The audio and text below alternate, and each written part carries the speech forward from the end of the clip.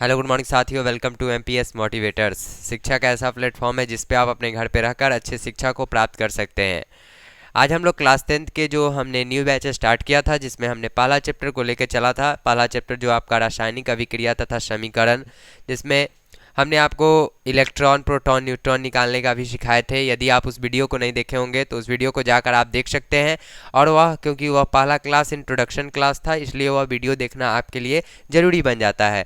जैसे आज हम लोगों का जो सेशन होगा, आज इस चैप्टर के हम आगे की तरफ पढ़ाई को ले चलेंगे। इस चैप्टर से हमने आपको बताया था कि इस साल एग्जामिनेशन क्लास 10th में ये क्वेश्चन आए हुए हैं। द्विविस्थापन अभिक्रिया सेकंड शिफ्ट में आए थे, प्रथम शिफ्ट में संचारण क्या है ये भी आया था। हम बारी बारी से सारे को पढ़ाएंगे, चैप्टर बाय चैप्टर जो जो क्वेश्चन आए हुए होंगे एग्जामिनेशन में मैं उसको बताऊंगा।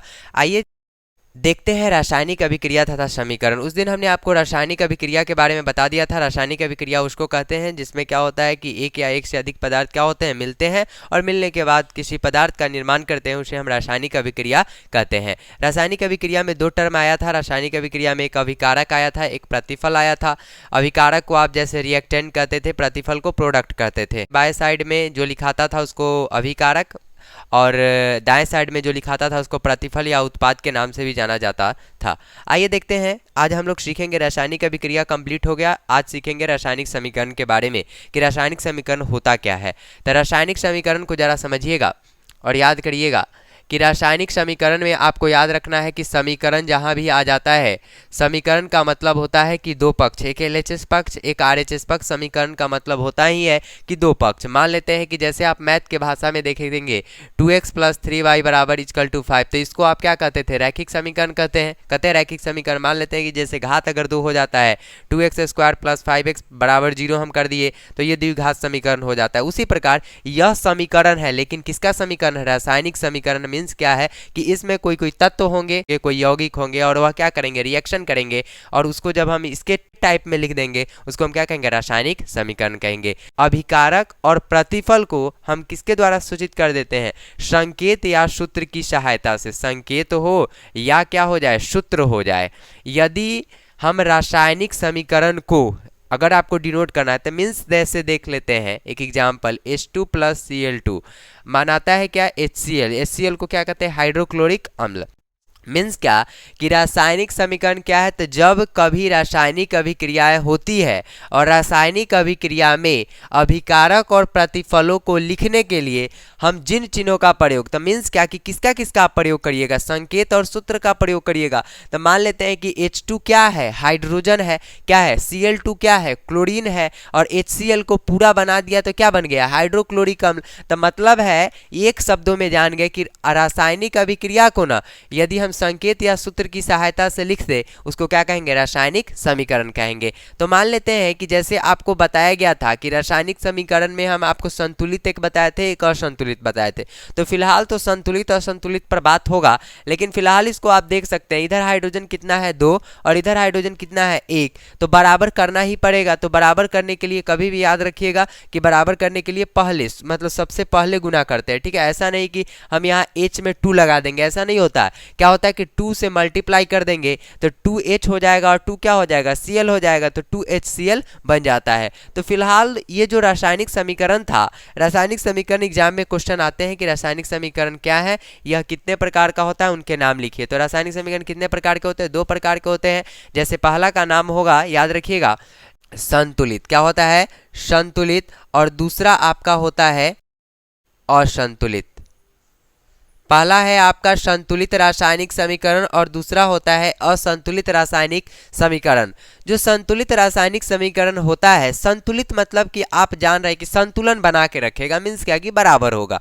और असंतुलित और जहां लग गया इसका मतलब है कि यह बराबर नहीं होगा। तो संतुलित को और असंतुलित को हम समझते हैं वैसा रासायनिक समीकरण जिसमें अभिकारक तथा प्रतिफल के परमाणुओं की संख्या क्या हो जाए, समान हो जाए, तो उसे हम क्या कहते हैं, संतुलित रासायनिक समीकरण। और असंतुलित उसका जस्ट अपोजिट होता है वैसी रासायनिक समीकरण जिसमें अभिकारक तथा प्रतिफल के परमाणुओं की संख्या समान नहीं होती है, उसे क्या कहते हैं, असंतुलित रासायनिक समीकरण कहते हैं।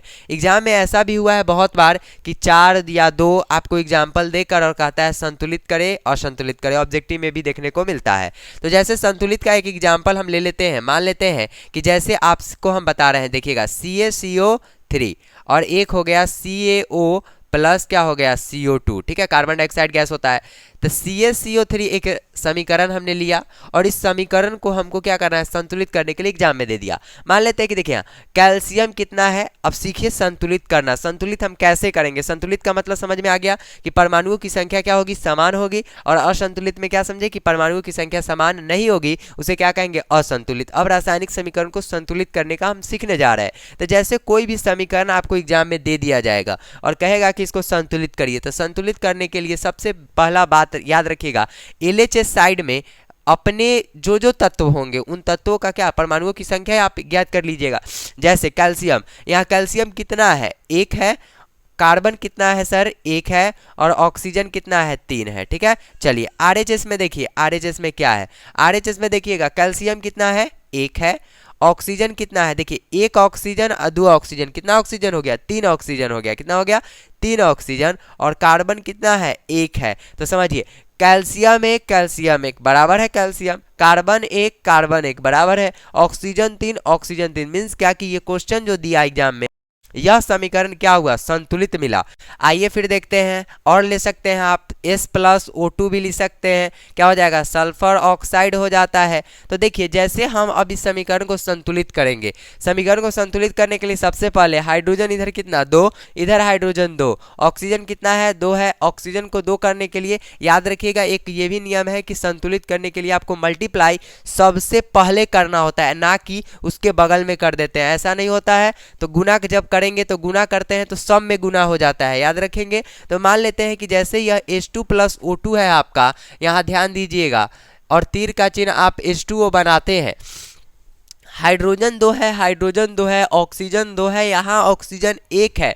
तो ऑक्सीजन को 2 करने के लिए ना कि यहाँ करेंगे तो हाइड्रोजन ऑटोमेटिक कितना हो जाएगा, 4 हो जाएगा, कितना हो जाएगा, 4। देखिए 2 2 जा 4 हो जाएगा। तो अब हाइड्रोजन इधर कितना है, 2 है। तो इसको 4 करने के लिए हम अपना से क्या करेंगे, 2 से मल्टीप्लाई कर देंगे, तो हाइड्रोजन भी कितना हो जाएगा, 4। अब देखिएगा हाइड्रोजन 2 2 जा 4, ऑक्सीजन 2, इधर देखिए हाइड्रोजन 4 और 2 से जब मल्टीप्लाई करते हैं शुरू में करेंगे तो सबसे गुना हो जाएगा, तो ऑक्सीजन का गुना होगा तो कितना हो जाएगा, 2 हो जाएगा।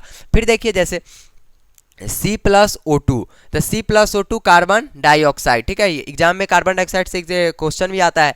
जैसे कार्बन देखिए, कार्बन कितना, 1, कार्बन इधर 1, ऑक्सीजन कितना है, 2, इधर ऑक्सीजन 2, ये संतुलित है। ये भी आपके समझ से क्या है, समीकरण संतुलित ही है। मान लेते हैं H2+Cl2 का बना के दिखाइए, तो HCl है ना। तो देखिए H2+Cl2 तीर का चिन्ह क्या हो जाएगा, HCl हो जाएगा, HCl हो जाएगा। मीन्स देखिए अब हमको समझना है हाइड्रोजन कितना है, 2, इधर हाइड्रोजन कितना है, 1, तो गुना कर दीजिए डायरेक्ट, तो हाइड्रोजन कितना हो जाएगा, 2 हो जाएगा, इधर हाइड्रोजन 2 हो जाएगा, इधर कितना है क्लोरीन, 2 क्लोरीन है। तो अब देखिए ऑटोमेटिक 2 से गुना किए ना, तो ऑटोमेटिक क्लोरीन से गुना कितना हो जाएगा, 2 हो जाएगा। तो क्लोरीन में जब 2 से गुना करेंगे तो क्लोरीन अपने आप कितना हो जाएगा, 2 हो जाएगा। तो ये भी हमारा समीकरण कैसा हो गया, संतुलित हो गया। भारी आता भी नहीं है एग्जाम में, या भारी आएगा भी तो कोई ज़्यादा दिक्कत आपको नहीं होगा, जो समझा दिया गया है बराबर आपको केवल करना है और यह बन भी जाता है, ठीक है। तो संतुलित करना आज हम लोगों ने देखा। रासायनिक समीकरण क्या होता है, रासायनिक समीकरण के कितने प्रकार होते हैं। रासायनिक समीकरण में 2 प्रकार, संतुलित असंतुलित। संतुलित का परिभाषा जिसका परमाणु की संख्या क्या हो जाए, समान हो जाए,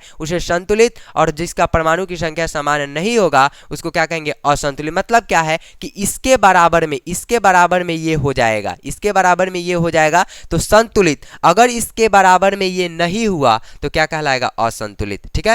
तो संतुलित असंतुलित करना आज हम लोगों ने इस वीडियो में देखा है। नेक्स्ट वीडियो में हम लोग आपको बताएंगे कि रासायनिक समीकरण जब लिखते हैं तो क्या नियम आते हैं। फिर आगे हम लोग देखेंगे, बहुत अभिक्रिया को पढ़ना है। तो फिर हम लोग नेक्स्ट वीडियो में नए टॉपिक के साथ मिलते हैं। यदि आप मेरे इस चैनल पे नए हो तो चैनल को सब्सक्राइब कर दे, वीडियो अच्छा लगा हो तो वीडियो को लाइक करें, पॉजिटिव कमेंट करें। इसके लिए धन्यवाद।